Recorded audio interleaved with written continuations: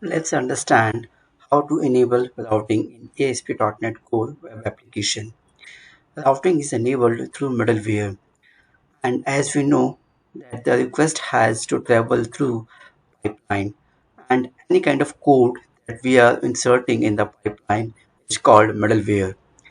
We need to insert following two middleware in the HTTP pipeline. First one is use routing method and the second one is use endpoint method. Use routing method. It basically enables the routing in your application. We can say it enables the feature of routing in your application, right? But it doesn't map any resource with routing URL. And then we have endpoint. So for this, let's go back to the Visual Studio, and I am taking the previous example that we discussed earlier. If you remember, we discussed about custom middleware, right? So in this video, we are going to learn about routing. So let me comment it out first of all, this piece of code, right? So I have commented, and let me scroll down and configure method. That is our startup.cs file, right? And over here, you can see app.useRouting and app.use endpoints, right?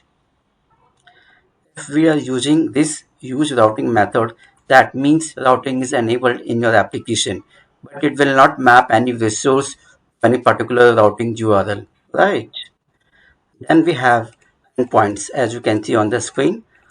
Using this endpoint, we can map any resource with the routing URL, right?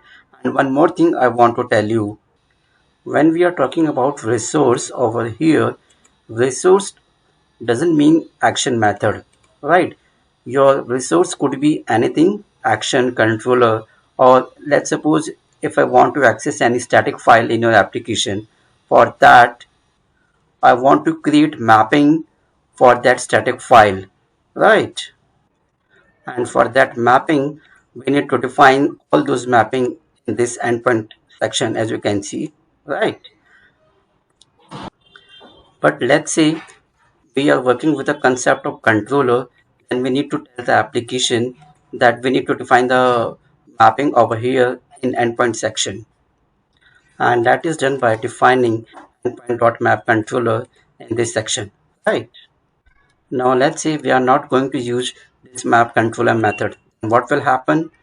Your application will not come to know that routing has been defined for the action method, right? All the routings that we have defined on the top of the action method, that will not work, because your application will not come to know that it has to define routing for all the controllers or action method, right?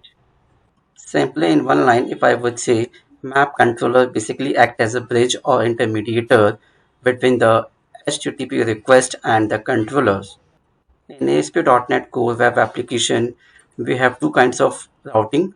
First one is your conventional routing, and the second one is your attribute routing. But nowadays, attribute routing is widely used in software development industry, right? And we need to focus on the